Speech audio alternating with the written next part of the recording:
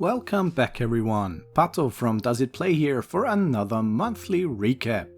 Because we're still fighting the good fight in regards to Sony's killing of physical media for PlayStation in 2028, we decided that this month was the time to give other platforms a little more spotlight. And they have some fantastic options for physical releases, some of which may even surprise you.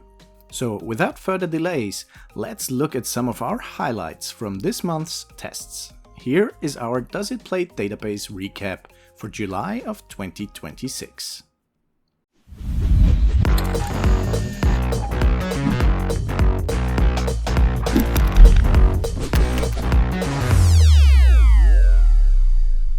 First up is Out of Sight for Nintendo Switch. We tested this on Switch 2 via backwards compatibility and had very few issues. Only some minor screen flickering under certain lighting conditions, one instance of a blocky shadow, and some minor traversal stutters in a couple of locations. A very stable build overall. We're also pleased to say that the Stage Fright DLC is included on the cartridge without any additional downloads required. We'd like to thank Super Rare Games for providing a review copy to us. You asked for more Xbox tests, and we delivered. Going through our backlog, it was high time for the Dishonored series. All 3 games play well off the disc, but a few quirks still remain. Firstly, Dishonored Definitive Edition. This version of the game ran almost flawlessly. The only issues we encountered were one infinite loading screen, some disappearing objects, and some pop-in. Moving on to Dishonored 2. Unfortunately, this one didn't fare quite as well. We noticed some jankiness, such as the player being able to be damaged and killed while in cutscenes. Then there were multiple occurrences of flickering lights and shadows, as well as some graphical effects being broken. We also encountered some AI pathing issues and some enemies not attacking the player. During some missions, the controls seemed to be a bit on the janky side too. That aside, it's still a solid build overall despite the issues. And finally, we have Death of the Outsider. Thankfully, the vast majority of issues we saw with Dishonored 2 are not present here anymore. We only experienced minor shadow flickering and LOD pop-in, aside from one instance of an NPC walking indefinitely on their desk.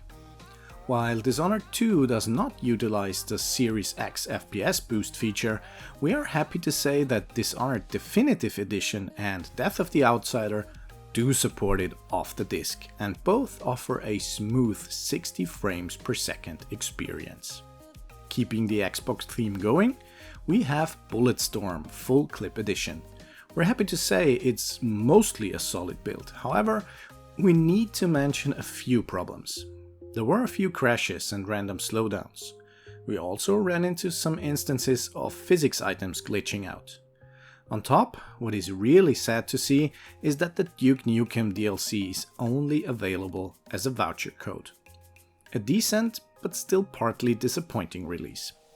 Speaking of, when we discovered that the CERO release of Atomic Heart Ultimate Edition in Japan was complete on disc after the PEGI version containing a code for the DLCs, and the ESRB version even being a complete misprint with just a vanilla build, we were elated and looking forward to testing the Japanese release as soon as possible.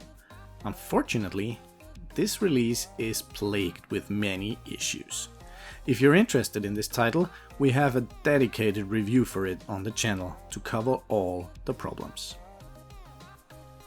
On a lighter note, for PS5, we tested Minishoot Adventures. This title ran almost flawlessly, with the only issue of note being some phantom inputs in the upgrade menu when using the left stick. When using the D-pad, the issue does not occur. A very enjoyable experience overall, and we'd also like to thank Super Rare Games for providing us with review copies. You can find a test for the Switch 2 version as well if you visit our website. Keeping the 2D theme going, we have Rhythm Heaven Groove.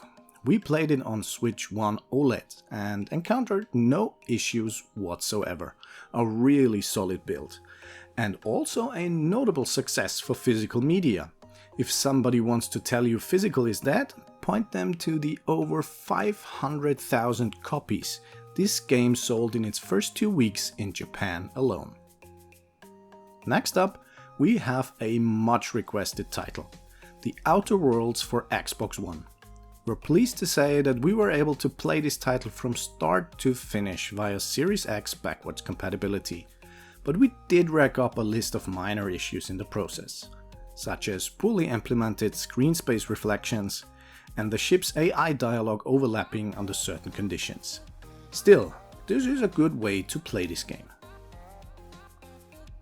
Another highly requested release this month was the Mafia trilogy for Xbox One, once again tested in a Series X. Unfortunately, this release is a mixed bag. While Mafia 1 was playable with just a handful of minor problems, like some flickering and animation oddities, Mafia 2 suffered from many more bugs that appear frequently, such as exploding vertices, flickering LODs, and slowdown while driving.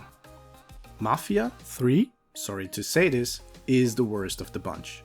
In our short time with it, we experienced issues so severe that we could not progress any further.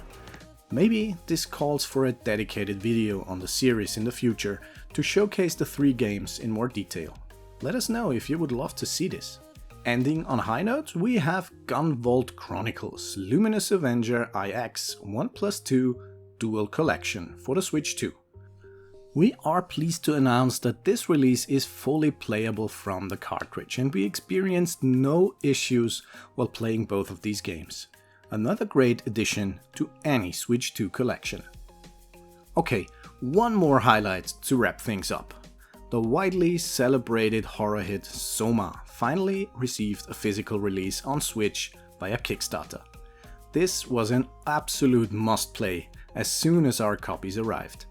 We opted to try it via Switch 2 backwards compatibility, and thankfully it is a solid package. You will meet occasional frame stutters and a little geometry culling, maybe an instance of a shadow disappearing, but these are negligible nitpicks. The game is finally preserved in proper fashion on Switch.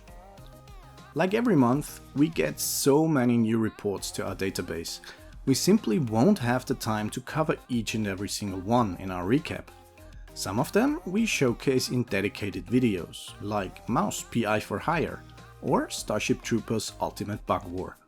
For full written reports on all games tested, you can go check out the database for yourself over at DoesItPlay.org. And if you don't want to miss any test or just want to support our video creation efforts, our Patreon is the place to be. Click the link in the description to learn more. We would also like to thank all existing Patreon supporters. You make these videos possible and help us keep the lights on and improve our research even further. Which of the games from this recap did you play, or are you planning to check out now that you know a little more about their builds? Tell us in the comments, and also let us know which physical games releasing in August you would like to see us cover. See you next month, everyone. Have a good one.